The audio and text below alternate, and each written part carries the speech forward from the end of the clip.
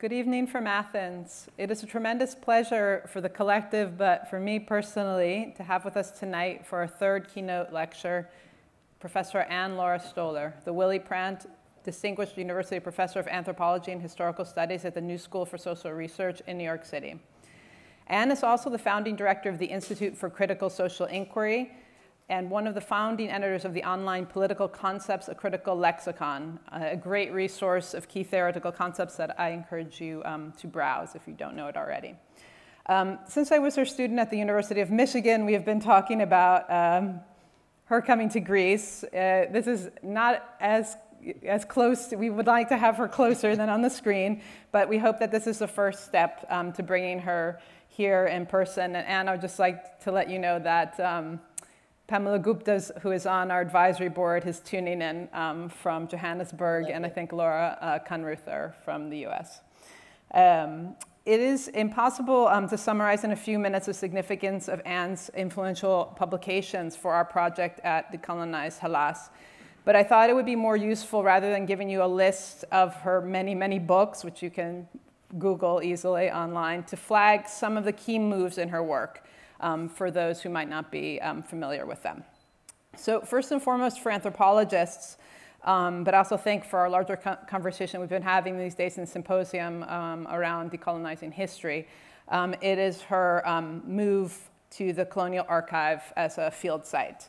Her doctoral research on Indonesia, initially on Dutch plantations within a political economy frame, would lead her to archives in the Netherlands, where she, over the years, would develop a unique ethnography of the archive in which she came to view the archive not as a site of extraction of sources, but as a subject in their own right. And she refers to this move as reading along the archival grain.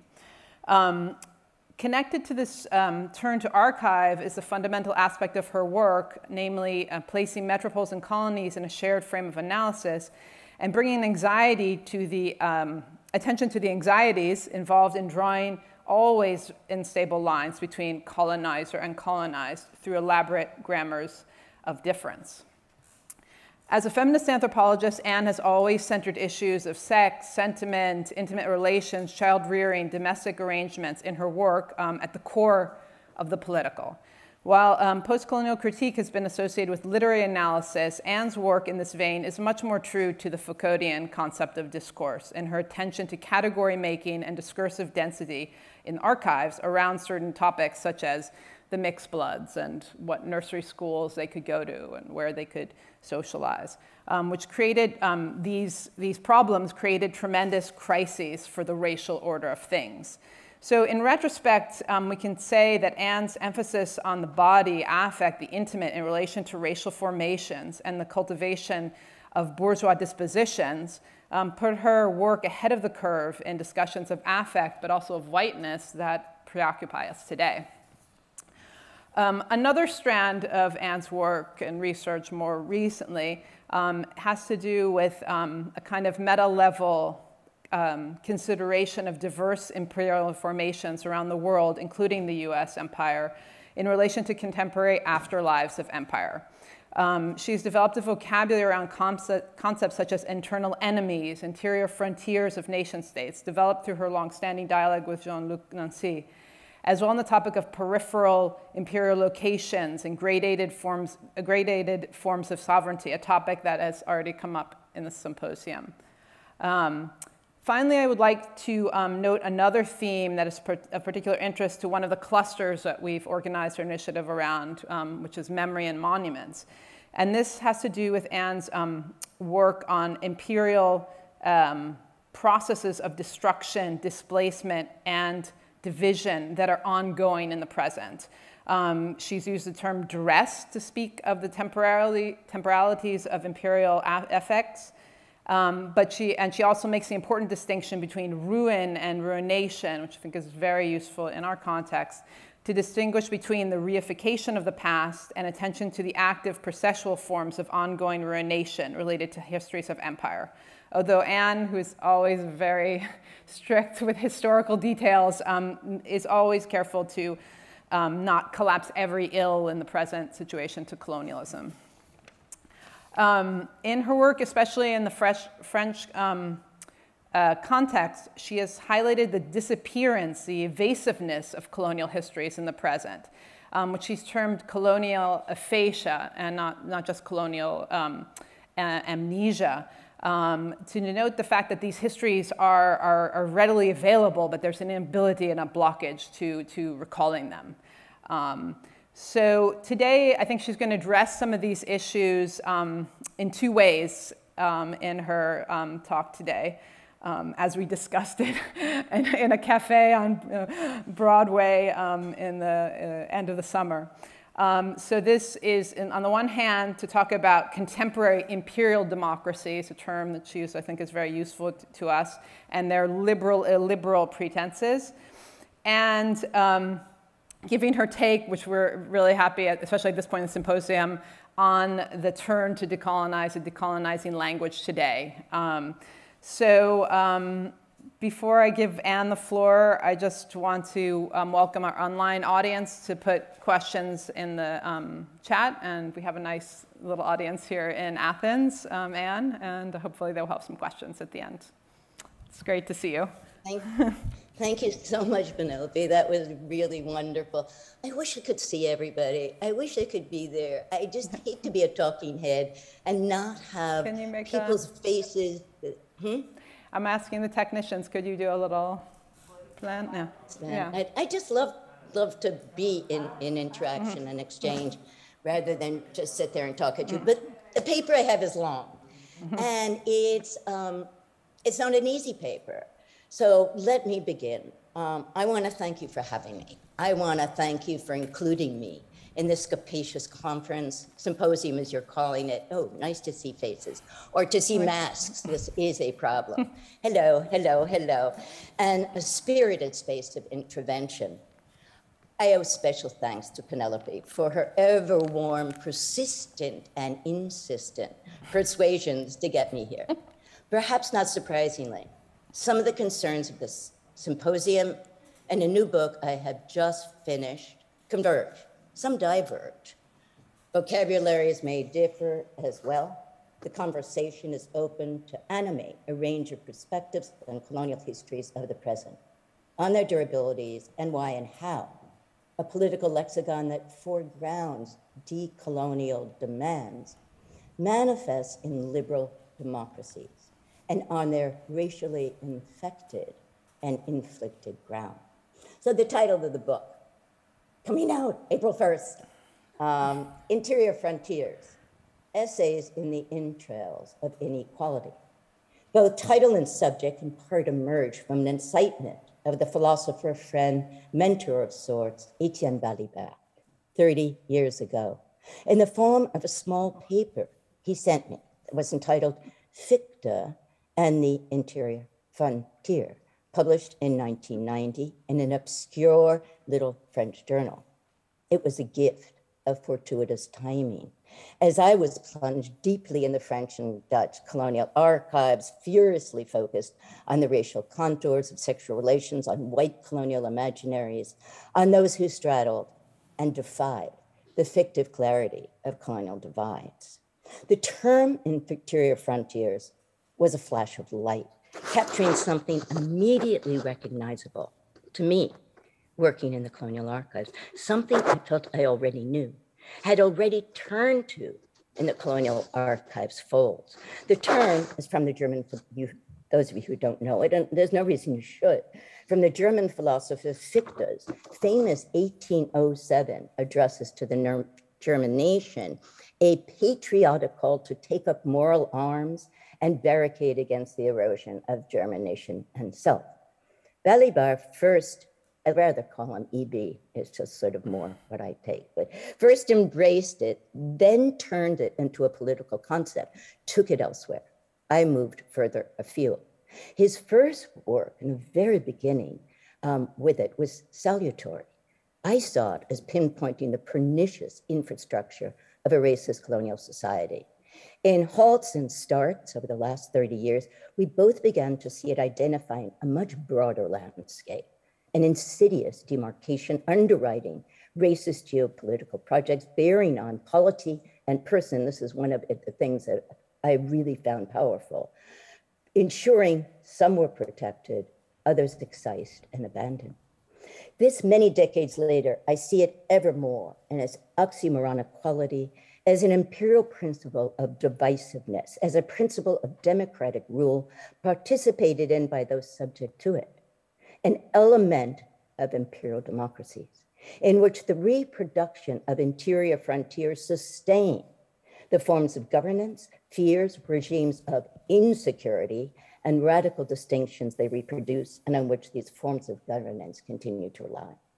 In those sites and forms of distilled inequities in the making, interior frontiers stretch across the scales of body politic and flesh, distributing sentiments that confer and deny human value as powerfully as iron gates, work through the seemingly innocuous measures of taste and distaste, goût et dégoût, that align with the distribution of disdain, contempt with race, and surface in the affective labor it takes to look away, to disregard, to ignore, rather than be ignorant of.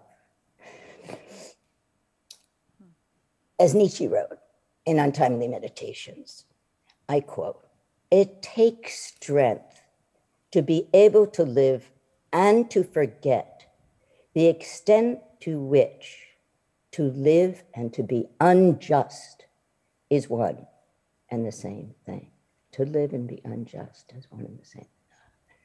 He could have written the formulation with German Empire's crushing pursuits of the 1870s in mind. As far as we know, he did not.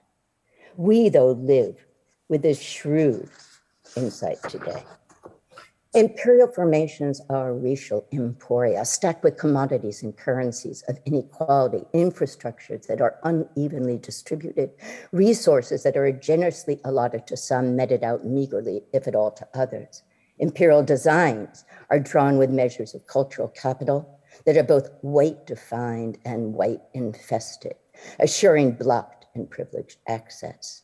Those psychically and physically damaged by what I refer to here again as imperial democracies occasionally have their privations acknowledged, but left materially unaddressed.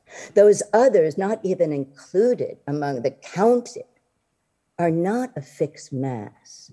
Some features are commonly ascribed, but the contours of containment expand and contract and realign as those assigned as dangerous, contagious, shift who and what is considered an enemy, potentially recalcitrant, already recalcitrant, whose being assaults normative performances and decorum. This, am I speaking too fast for those of you for whom English is not your first language? Is this okay, Penelope? You're supposed to answer. What do you say, guys? We're okay. Because I'll never get through it. We're okay. But I don't need to get through it. We're okay. You sure? Okay, well, if it just gets too speedy, please, let me know. Okay, give you a hand sign. Okay, yeah, a hand sign is great. This extended early 21st century conjuncture amplifies as it refigures implacable features of imperial democracies and their quasi-democratic struggles. On the one hand, is a protracted moment of inflamed and threatened ultra-conservative activism. On the other, a fierce rejection both of racialized practices and those colonial-like inequities, recursively structured, recasting ones that have come before. Boldly skewed in public attention-getting contests over the language, landscapes of pedagogy, politics, labor, and aesthetics rage. Sometimes the substance of the battle is on unrecognizable terrain to all interlocutors. Sometimes the battle is explicitly over the same time and place. Those bent on prohibiting and denying the teaching of colonial histories of dispossession, massacre, and violence, versus those asserting the palpable urgent need for more specific and pointed such histories may be voicing mutually unintelligible claims, or they may be positioned in hand-to-hand combat, in practice pursuit over museum curation, school curricula, dispossession of land, restitution payments, in short, over every subject and every object and inch of contemporary and historical terrain. It's hard not to be struck by the disparate renderings of what democracies are built upon, what they do and they need to do now. Even agreed upon vocabulary calls up distinct understandings of the political stakes and principles on which the social sphere of the polity is founded and based. Even those critical of what democracy offers don't agree on what is called often the democratization of violence that underwrites it.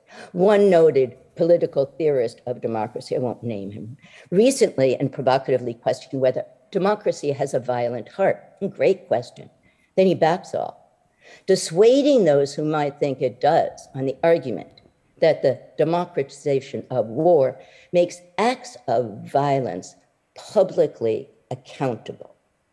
Achille Mbembe, to the contrary, would hold that democracy in its very making nurtures violence and a democratization of fear, in which necropolitics, as we know, is not only a tool of democracy, but at its very core, a protracted death sentence for so many who have imagined salvation in its promises. This society of enmities nourishes the explicit delineations of difference of what I call, in the rest of the chapters we won't get to, that I call essays, the submetrics of inequality. There is virtually no democracy separate from the colonial condition and the displacement it inflicts. The dark spaces of democracy aren't only penal colonies, which has been a big part of my work, and prisons, now in one of the last chapters of this book, strategically located for surveillance, isolation, and extraction. Extractions of land, labor, and produce shape governing policies, practices, and violences in the interior and supposedly exterior territories in what I refer to as the shadow zones of democratic racial states. Fearless Arundhati Roy used the term imperial democracy nearly 20 years ago to skewer the US's self-appointed moral right to rule. Her use for some reason had little traction. I mean, she gave this talk with Howard Zinn. Chomsky thought she was brilliant, but it should have more traction than it did. It should have then and should now. Some treat imperial democracy as the joining of two opposed projects, one interior to the polity, the other directed at the conquest and coercive management of subject populations and sites of extraction, as if imperial spaces were outside the nation's proper bounds. But this is not what most fundamentally characterizes imperial democracies, nor would I think they do on the ground.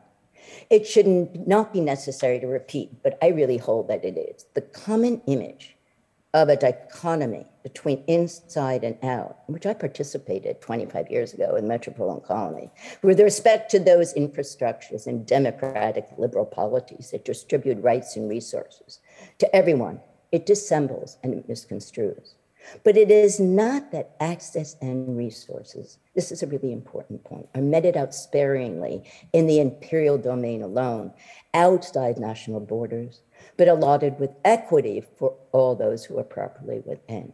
I would argue that interior frontiers do not refer to inside and outside the nation. Rather, they mark distinctions among the good citizen, the sub-citizen, the non-citizen, those with a place versus those who are superfluous and have no place at all, citizen versus subject, refugee, migrant, in all these spaces of liminality. Interior frontiers are sites of struggle between different populations, segments of them, divisions that can be silently enforced with violent consequence. Distinctions are drawn among multiple axes. The boldest are between those relegated to deprivations versus those who feed off precisely those scarities. Interior frontiers can mark osmotic borders, fragile limits among persons or within persons themselves. As French psychiatrist André Green wrote, I quote, sort of amazing concept and thought and formulation. One can be a citizen or stateless, but it's difficult to imagine that one is a frontier. The mytho-history that lauds both Athens' imperial conquest and its commitment to internal democracy, I take as a ruse, which those here know far better than I. Its resilient appeal, though, clearly speaks to a political imaginary for imperial democracies today, as if imperial ventures are oceanically distant, outside with respect to the democratic venture, that preeminent space of egalitarian justice postured as a firmly possessed place and foundational principle within the fortified bounds of the nation. But this characterization, I think, misses a critical point in this ever-ambiguous play and politics of comparison. In the early 20th century, it would since have come to be called the ugly laws. See, now I'd really like to know if anyone ever heard of the ugly laws. Attempted to banish those who were poor, beggars, lame, disabled, Black, or called petty criminals from all public space. Not altogether different from those immigrants, underemployed, addicted, homeless, and superfluous persons cast out of the polis today. Those not protected by the normative requirements of the community's protocols are reminded in every movement, every practice, that they are at once hypervisible and unseemly. And in being so are outside both invisible borders, such powerful ones, and requisite normative bounds. At issue, I think, and this has been an issue in so much of my work, is how we know what we think we know. Or, as the historian of science, Hans-Jörg Reinberger, somewhat differently put it, to know the method of knowing in order to grasp the object to be known. Both formulations are humbling in the face of how colonialisms matter and how the call for decolonial reckoning does or does not speak to the conceptual methodologies we need today. In this current fraught, fiercely inequitable, and environmentally precarious world order, it's hard to miss the striking surge of new densities around what could be construed as wholly disparate or related phenomena. Popular mobilizations, occupations of public space come up against right-wing retrenchment and xenophobia. I mean, these aren't new. Toxic sinkholes, and gutted landscapes name a damaging colonial present. Calls for the restitution of colonially procured and stolen objects join managerial performances of colonial apology by European and North American heads of state, and not least our burgeoning initiatives and mandates to decolonize classrooms, public institutions, disciplines, speech, and behavior, exceeding the confines of academic worlds. Celebrations of contemporary distance from a nostalgia for the colonial order of things erupt and disrupt. How they do so is typically contradictory, I think recurrent and recursive. Within this maelstrom, colonial imaginaries, principles, and unwelcome practices come endowed with enormous weight and political currency. Ever more magical wisdom and show of good faith seems to place one on the good side of history that colonial condemnations are imagined to offer. How to make sense of this cumulative accretion of demands, assertions, denials that enlist and press on the colonial form, the colonial from so many quarters and with such a range? Is there at hand an adequate political grammar to do so? And why the proliferation now? I'm not sure any of us can answer that question. I know in some ways that's what your whole symposium addresses. To everyone's satisfaction, fast and ready answers can be put aside, in part because of the range of locations, positionalities, and how these issues are framed. Admittedly, it's a somewhat contentious terrain of practice and observation. I see two radical shifts in thinking colonial histories of the present and the colonial order of things. Most broadly, colonial invocations covering a more capacious ground than they have for some time are the archive stretches across the academy, public education, indigenous communities, activist blogs, the mainstream press, splaying high-pitched over museum curation. These shifts alter what is labeled colonial And where that accusation is directed, and because it is often, most of the time, an accusation, and implicitly or explicitly called upon to do. Colonial histories today have a decidedly different cast than before. Many are deep histories of the present, not allusions to vague legacies and residual damage, but demand for accountabilities of sustained, durable subordinations. But as many are not, and that's why it's confusing. Some are focused often vaguely, more on colonial-like conditions resident with what colonialism are imagined to do and be, rather than as conditions built into the infrastructures of today's polities, asymmetries of exposure and precarity here and now. A question hard not to ask. Are demands seen as colonial sourced? Not sure what I know what I mean by colonial source, but it's such a weird way to put it. Articulating what needs to be repaired or addressed. Should confrontations around colonial hotspots, statues, museums, racist bas-relief defined as art, be distinguished from those protests targeting toxic deposits, land grabs, scarred landscape? Are the former more symbolic than the substance of continued duress? Is this squeezed of racialized practices in the rule of law, revealing the underside of imperial democracies and the inequities in which it invests? Limited access, contingent permission, no trespass zones are the barricades that cut across this broader polity, falling disproportionately, we know, across the bodies of immigrant, refugee, brown, and Black poor. A second radical shift I see is temporal too. Here, certain features of colonial regimes where profits have been wagered on coerced and confined labor are rendered not as violating histories of the present, but as premonitions, foreboding forecasts, as histories of the global future. This unprecedented invocation works of a cumulative archive in the making, one with a longer historical and wider planetary arc. An adequate conceptual vocabulary, I think, is still in formation. Not altogether sure of its mark, but temporality is key. Time frames out of sync jostle long and shorter durée. Slow violence, Rob Nixon, and accelerated extraction waver in their measures of crude inequalities. Disrepair, disregard, and degraded care. Illiberalism is a political term commonly reserved for polities at the far end of the democratic spectrum, and indeed outside it, openly, proudly repressive of freedom of speech and assembly, popular social movements, visual and verbal forms of dissent. Such a term like shadow zone should not be reserved for the European periphery, where shadow zone has always been for the Middle East. Turkey's Erdogan, Hungary's Orban, Israel's Netanyahu, Brazil's Bolsonaro. Wendy Brown argues that the saturating values of neoliberalism have undermined democratic provisions in recent decades, while commitments to political equality and social justice have been swept aside, incrementally with terrifying speed and ease.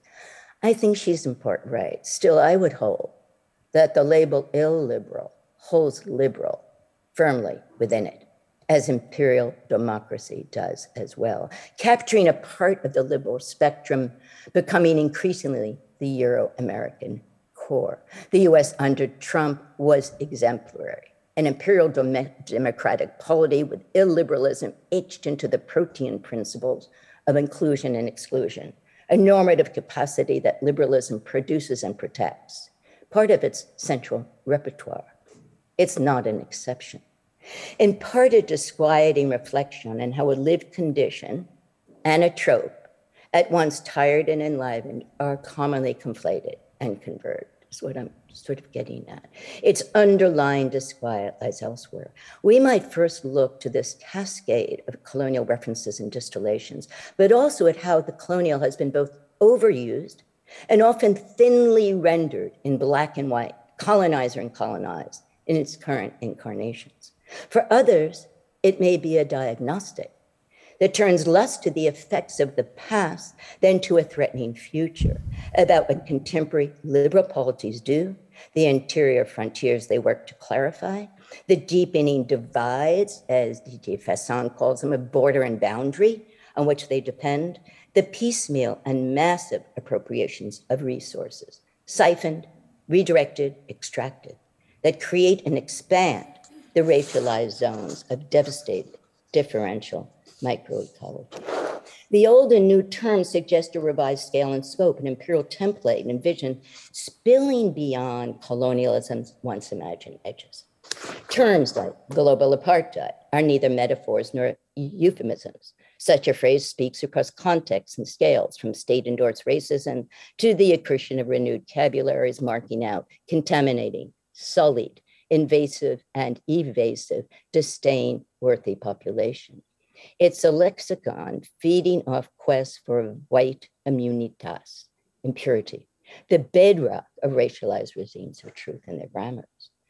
These diffractions of colonial conditions make for a temporality that defies linearity. Colonial entailments, at once residual and emergent, provide anxious forebodings and forecasts across a broad space and future tense. And these efforts to locate and name the sorts of distress and duress in the horizon, colonialisms of the imagined, occluded, and imaginary real are not confined to the academy. The arts and popular and public reckonings describe degraded conditions in the lowlands of social life, on the shifting borders of land and sea, which we'll get to, in unprotected, distress, flooded, parched, and leached environments. Calling on colonial practices and principles to account for today's social failures is an effective and, I think, misguided weapon. Assigning as colonial what increasingly brash and brazen illiberal policies produce, and which democratic institutions so skillfully hide. The question is simple, and it's multiplex. Does an insistent turn to decolonize misrecognize the embedded and ubiquitous inequities that are written into liberalism's own architecture? Are illiberal and colonial formations not similarly forged in racial disparity and disposability? This is neither a new question nor new observation. Some 30 years ago, numbers of us argued that conduct, comportment, and competence carved out the exclusions on which liberalism and imperial formations depend. I think of Uday Mehta, whose first paper, actually in 1990, I was the editor of on Politics and Society, and he did his book on liberalism and empire afterwards. The current consequences of that observation, again, press the questions, but they are coming with more urgency, visibility, and with forms of important political dissent. Colonial invocations are political claims, but often as a shorthand for injustice, familiar and in new ways. The proliferation cuts across the disciplines and those who consider themselves its renegade and recalcitrant members. Its interpolators and publics cross boundaries as well, those whose life worlds have been directly affected by colonialism and actively remain so. Politicians and their pundits, on the other hand, who make themselves relevant by speaking to colonial memories on lofty moral ground. Scholars of colonialism now more apt to address the contemporary detritus of what was once treated as the past. Activists are defacing monuments, reclaiming sacred grounds. Seems that you've been discussing that at some length. And the avid liberal press primes the public, shocked at the expose news of colonial dispossession of people, places, and things. Newly informed publics may register momentary outrage or disbelief, but share a common discursive thread. How often can one hear, could these colonial massacres really have been the case? Or could their children really have been taken by force? Or did we, our Dutch, German, Belgian, US, British, Italian, Portuguese, Canadian, French, Japanese government really do this to those people right there in that place? And from academic corridors, did the celebrated French avant-garde anthropologist Michel Leiris and his guys really steal those ritual objects in North Cameroon in the 1930s and celebrate it as a rescue operation? But many museum trustees and government officials in their reified worlds avoid what others find hard not to ask. Can restitution really repair what is actually lost? Does a frenzied focusing on returning objects, to whom we ask, displace other losses? And is the fact of dispossession swaged by the exchange of things? How much does it matter that decolonial projects draw on the currency of colonialism to make claims often with little pretense that what they are protesting is covered by the rubric of colonial at all? Initiatives are thick and thin. Some amplify how specific located colonial histories matter. Others skirt the dark corridors of colonial effects. Both may be diffracting newly renewed liberalisms below the radar of denunciation, inequities hidden and sanctioned by law.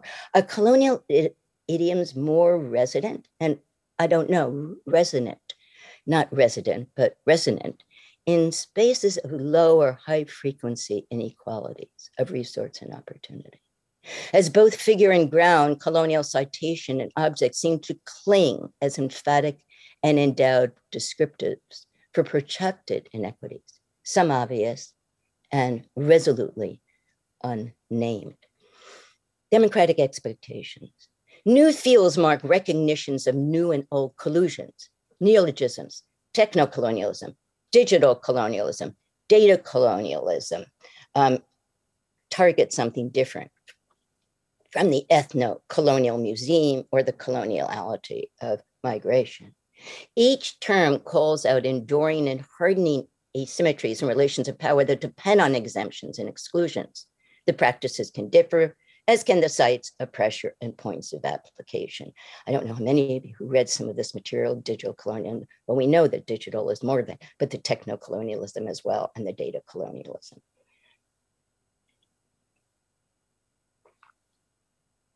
The practices can differ, as can the sites of pressure and points of application. But a more important element may be shared, that these inequities are imagined to be excessive and tenaciously robust, above and beyond the normative democratic order of things. Some expectation about what contemporary liberal and illiberal polities are, do, promise to do, and fail to do seems to be on the line.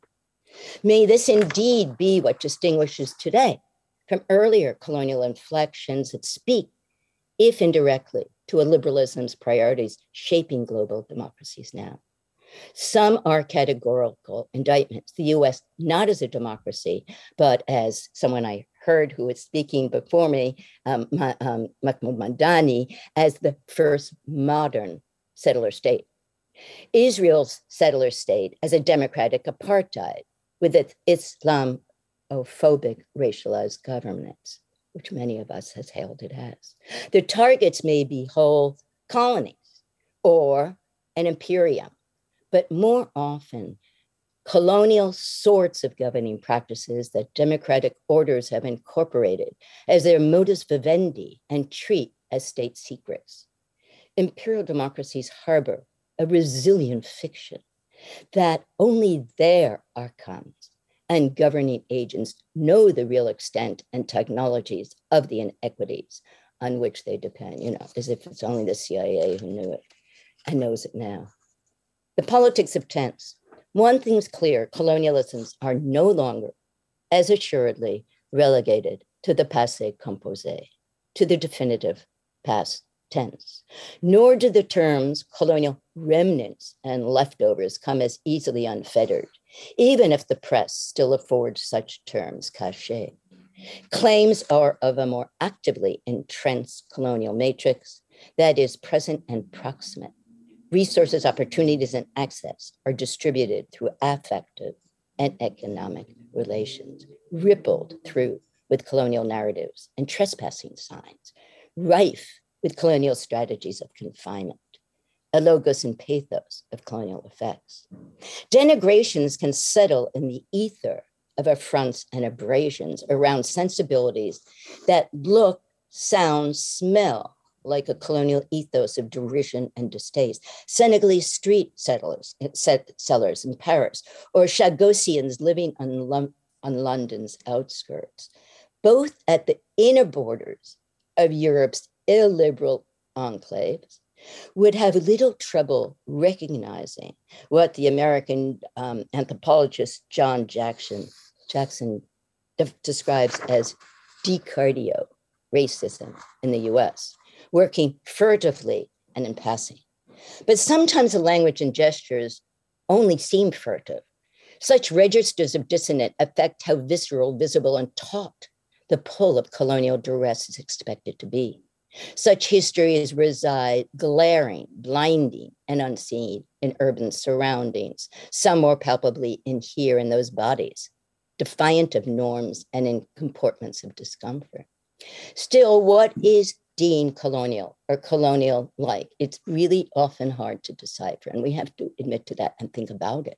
What liberal polities are expected to protect and foster should be considered as well. For naming a relationship or set of practices as colonial with respect to liberalism may capture two very different expectations. One may position a liberalism as an excess in liberalism's otherwise tempered bearing, and oversight, a temporary discrepancy between prescription and practice. Or it may signal something less innocuous, that excessive force, confinements and incarcerations, and their distribution are the ready apparatus, I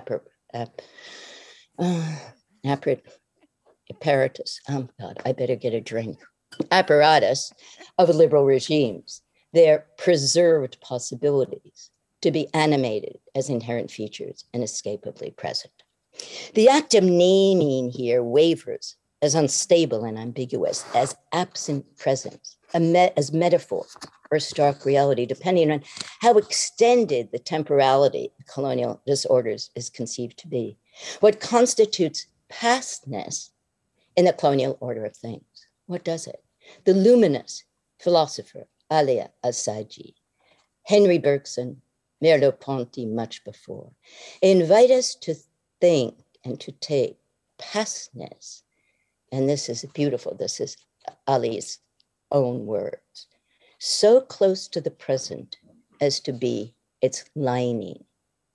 Verb tenses matter a lot and come with their own politics, whether considered in the definitively past composé or the ongoing past imperfect, or the present, or the conditional, or the visionary, if only, or the apocalyptic future. Colonial invocations are at once conceptual, personal, and political. These are perceptions and practices that in turn shape dispositions of coerced and compromised choice, creating a cleft, clivé habitus, as Bourdieu would have called it, fashioned and remade. The militancy of verbal tense can be exactly what makes news stories hot and what they're about. Colonial effects are forefront in the 2018 Intercept podcast, Hurricane Colonialism, the economic, political, environmental war on Puerto Rico. Le Monde derides a New Caledonian independentista leader for diatribes against the colonial state. A ballistic missile alert in 2018 plastered on a flashing sign on a highway in Hawaii is reported as Life, Death, and Politics in Hawaii, 125 years of colonial rule. Remember, this is about a missile alert. Those attending first and foremost to Indigenous demands in Australia, the US, Canada are at the forefront of making temporal claims, nailing settler colonialism to Israel's state's door, reannounces not only the violent displacements of the Nakba, but of the recursive continuity of ever more newly crafted obfuscations and modes of extraction and surveillance. Here, the past imperfect and present tense express an insistent acknowledgement that some of the world remains subsumed by, as they refuse a vital hypermodern colonial governing apparatus now. Nomenclatures. How am I doing on time, Penelope? Oh, I have 15 minutes Well, or less. since you decided to take an hour, you have 15 minutes more. Oh dear. Yeah. See, I'm only part of the way through. Oh dear. Nomenclatures are battlefields in these Gramscian wars of positions, sites of conceptual and political struggle, and what I see as an imperial democratic space. The target may be as diffuse as colonial capitalism or unspecified as in a conference at Columbia on empire by its other name. Wrestling too with what's in a name, Elizabeth Bovinelli seizes on settler liberalism, then late liberalism, a concept she once used and then rejected, to get at the exacerbating conditions of Australian intervention, Aboriginal governance. A liberalism in my own use is a current inherent in imperial democracies. It's not an extreme. I refer to democratic polities too as a vernacular, ethnographic term used to describe the forms of governance in which we live now.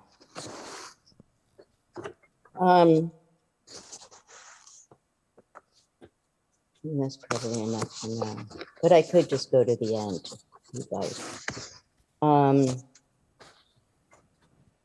Something about the sea and land that I'm really interested in. The recursive quality of imperial form directs attention to likenesses, but less to actual connectivities that so unevenly secure and concentrate weathered in new zones of containment. How much is the figure and fear of the migrant and refugee imagined to be contaminating and contagious, sullying white immunity and storming the gates? Evidence of a master principle of imperial governance, or something else. Management over the timing, pacing, and trajectories of arrest, movement, and residence. That connection is more than evident in some recent work of Benjamin Stora, a really well-known historian of the French-Algerian War. He makes a pointed claim. Today, the damned of the earth have molted into the damned of the sea. It's a riveting statement that could be interpreted in several ways, depending on how literally Storrs imagines what molting means. Is it that those same colonized populations about which Fanon wrote in Wretched of the Earth are literally drawn from the same populations, risking and losing their lives, or that the damned or the wretched of the earth of one generation have been replaced by others, with similar histories drawn from other pools of workless and vulnerable populations that are not the same? The title that the centrist magazine L'Express gave to Storrs' essay was telling. They wrote, "Current migrations revive the colonial question." Does revival mean here that the colonial question was imagined to be dormant, and that the migrant crisis, refugee drownings, those persons stateless and starving, reflect the form of a violent resurrection? This is a pretty searing tableau in the making. The wretched of the earth and sea. Ruthie Gilmore's definition of racism, as I quote, exposure to premature death, speaks to the colonial and contemporary nexus, which might have animated Joachim Schmons. He's a German doctoral student in political theory. He asked a really pointed question a year and a half ago.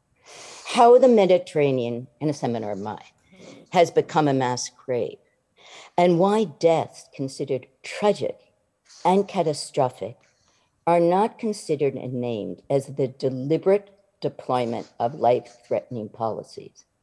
That is, as genocide, not by totalitarian states, but by liberal democratic ones. Probably I need to stop there, right? Just, 6 pages left, but. Thank you, Anne, so much. That's a very resonant ending. It's something we talk about actually a lot in Greece, the ending. But I'll bet. Yeah. Yes. Should we?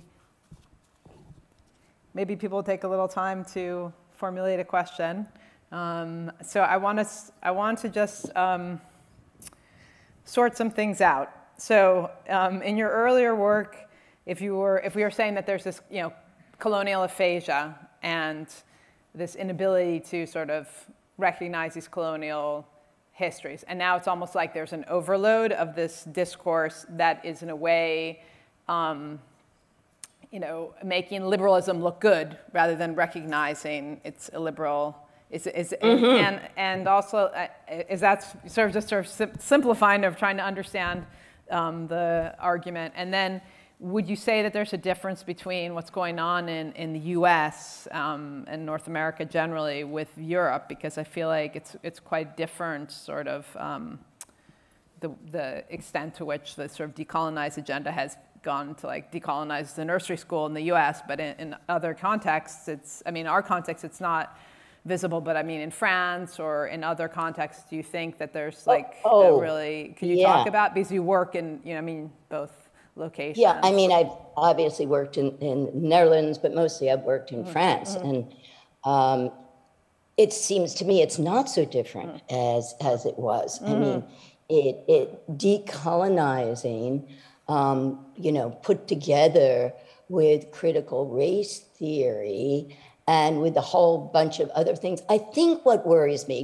you said it very well, Penelope, as you always do, but I'm worried about the ways in which decolonizing has become a placeholder. And not that there's a proprietary right those who study colonialism for 30 years have over it, but that it's diluted and been some of the ways in which colonial situations operate, what they look like, how they change, complicities with them. It's like it doesn't matter anymore. It's as if that doesn't even matter what was considered colonial. It's just how we're using it as this kind of shorthand for injustice everywhere and in every place, right? And that doesn't mean it all is that. I'm not saying it all is that, but there is a conflation of those who are seriously trying to confront the material and real inequities as are the Hausa in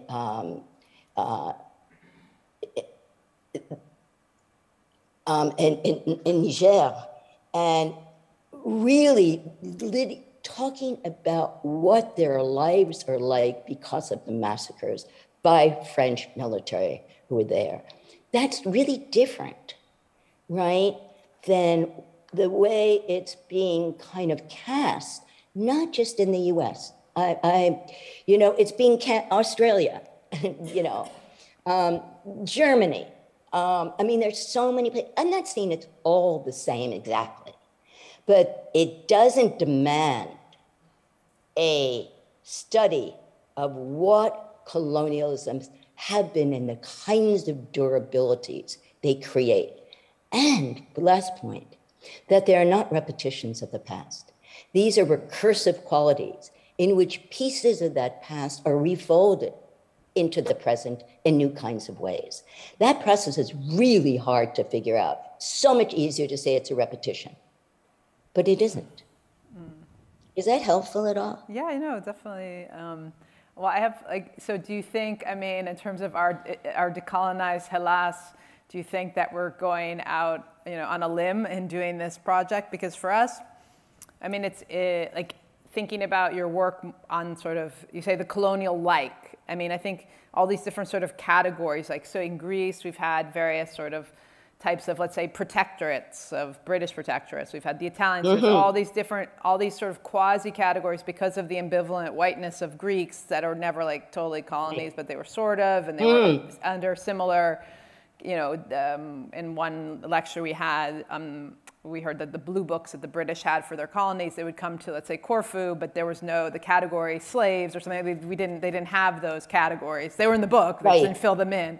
So on the one hand, you have these sort of, these kind of shadowy spaces that are related, and the fact to sort of, people have worked on this, obviously, but bringing it more into conscious, but also the way we're interested in Greece, to what extent we could even borrow ideas, let's say, settler colonialism. Obviously, we don't have this in Greece exactly, but Right. in a way, could you use some of these tools to start to see like how the neo-Greeks had to sort of do a genocide within the country, had to get rid of Jews, Muslims, other languages. So that process is colonial-like, okay, but it's not obviously, fitting into like a standard model. So is that like a bad route to be pursuing? I'm not judging it that way at all. I'm just trying to be provocative here. Oh, I know. We've printed all this material that says that borrowing tools or something that the Foucauldian that I am is really not the project. What is the project is concept work. You can't borrow a concept and plop it in. You've got to do work with it. It's got to be transformed in the process. I mean, Adorno said it, there's no concept that doesn't have excess, that doesn't have supplement to it. I want to sort of inhabit that excess that doesn't quite fit, that isn't, and what is it that's retained? Was Wittgenstein right that we stick with the family resemblances because their effects in the end are very much the same?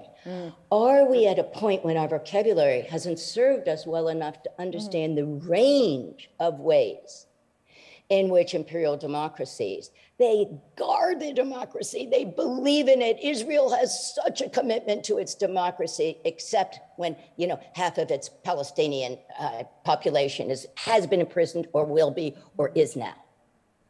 So I want to understand, and it's not just settler. I mean, I know I sound like I'm being contentious, but maybe we need to be a little provocative now. Maybe we need not to all get on the bandwagon. If one wants to understand what it means to decolonize, then one better understand why that is being invoked, that rather than the inequities which are built in to all of liberal and part of liberalism, not on its edges of illiberalism, but right dead center. Do we have even what I call the conceptual methodologies, not just concepts, but I don't think concept work matters unless you get to the methods you're going to look at it. So many of the issues you just brought up, yes, study that. One of the papers of mine that you mentioned that's in my duress book, and that has really been important for expanding out how we understand these terms, has been degrees of imperial sovereignty. That there's not just black and white, it's not just colonizer and colonized. There are protectorates, there are unincorporated territories, that there are so many forms that are not just peripheral and exceptions.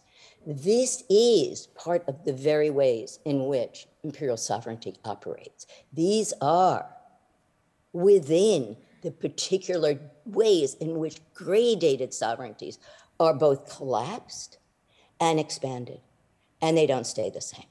And they don't stay. So unless we're studying the way in which Puerto Rico has been and has been not within, Hawaii has been and not been within, it doesn't matter whether we end up getting stick figures. Right? And then I wonder what that does to political dissent. If we work with stick figures, what does dissent and dissensus, in Rancière's term, really end up? Does it have traction? That's one of the bottom lines.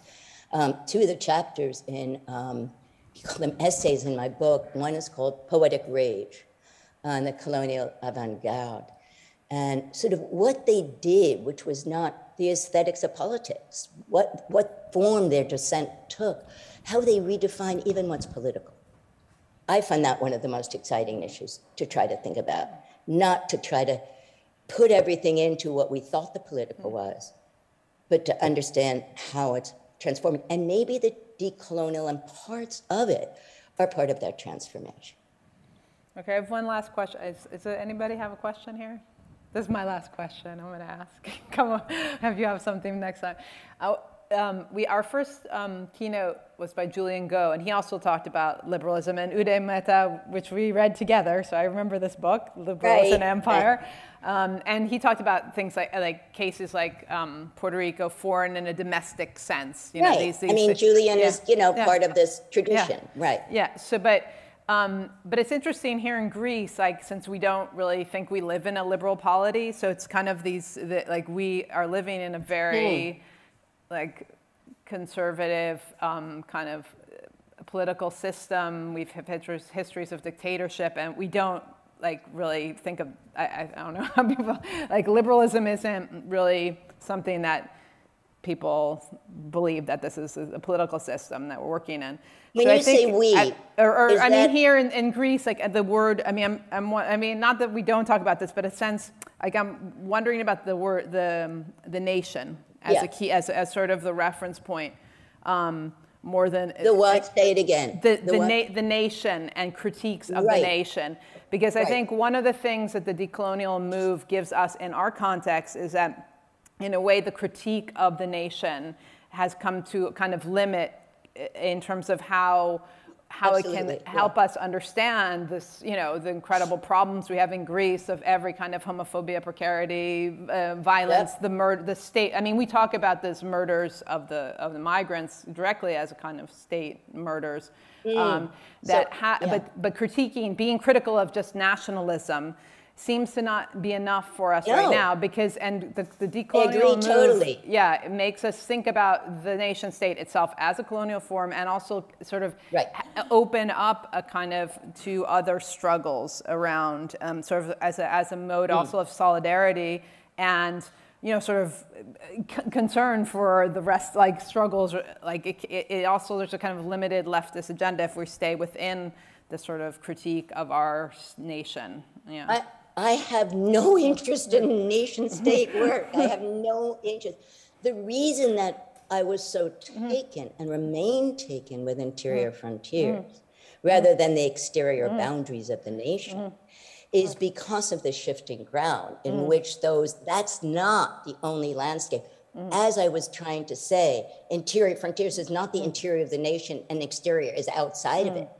It's the kind of citizenship, access to citizenship, forms in which people, and it doesn't even have to be citizenship. Some of us don't even care about it, but the kinds of movement allowed, motion allowed, immobilities that are part of it. And you must be talking, I'm sure, given where you are located and what's gone on, and with migrants throughout Greece, but it's what moves me away from those stultified boundaries that were part of, in Southeast Asia, made by colonialism itself, right? So many of them. I don't want to start with the nation. I don't want to start with a nation state. It's not that it's defunct, but it's not the starting point for the kinds of distinctions written into people's lives, some which are totally visible and explicit, some which are not. It seems as if that forecloses so much else that is going on. And, I hope it's clear. I think that so much of what you're saying, I'd love to be part of. I'd love to be part of rewriting those histories, of looking into them more carefully. I don't mean me personally, but I see that. But I also just put out that caveat that it's not all of it, right? And unless it moves more in the direction of, I love this term, and it's a lot part of my writing, the rough ground. The rough ground of Wittgenstein. You got to work on rough ground, and it's not just ethnography imagines itself always on rough ground, but on the rough ground of the answers not being clear, right? They can't be in what the kind of hard work you all are doing, and that I hope my students are doing, that I'm trying to provoke now. So I thank you for having me. I know this isn't probably exactly the talk that you expected, No, but I don't know. It's an excellent talk. And does anybody have a question? So I'm not like monopolizing. And if people don't want to Yeah. ask questions because they're, I mean, lots of us are, you know, not comfortable in this kind of forum, Penelope can give you my email, and I am more than happy It's true. to Anne do a does Zoom. respond very quickly to emails. I do. I think it's important. I think it's part of the work we do. I mean, if you don't respond, then forget it. I teach some of this in a maximum security prison in upstate New York. And those students are just, you know, ruthless with me. They're so polite and they're so great. Mm-hmm. And that critique and that exchange is, you know, what I crave. So really, she can give you my email and I'll arrange a Zoom with several of you together or one or whatever. So thank you again for having me. Thank you so much, Anne. Thank you. Bye.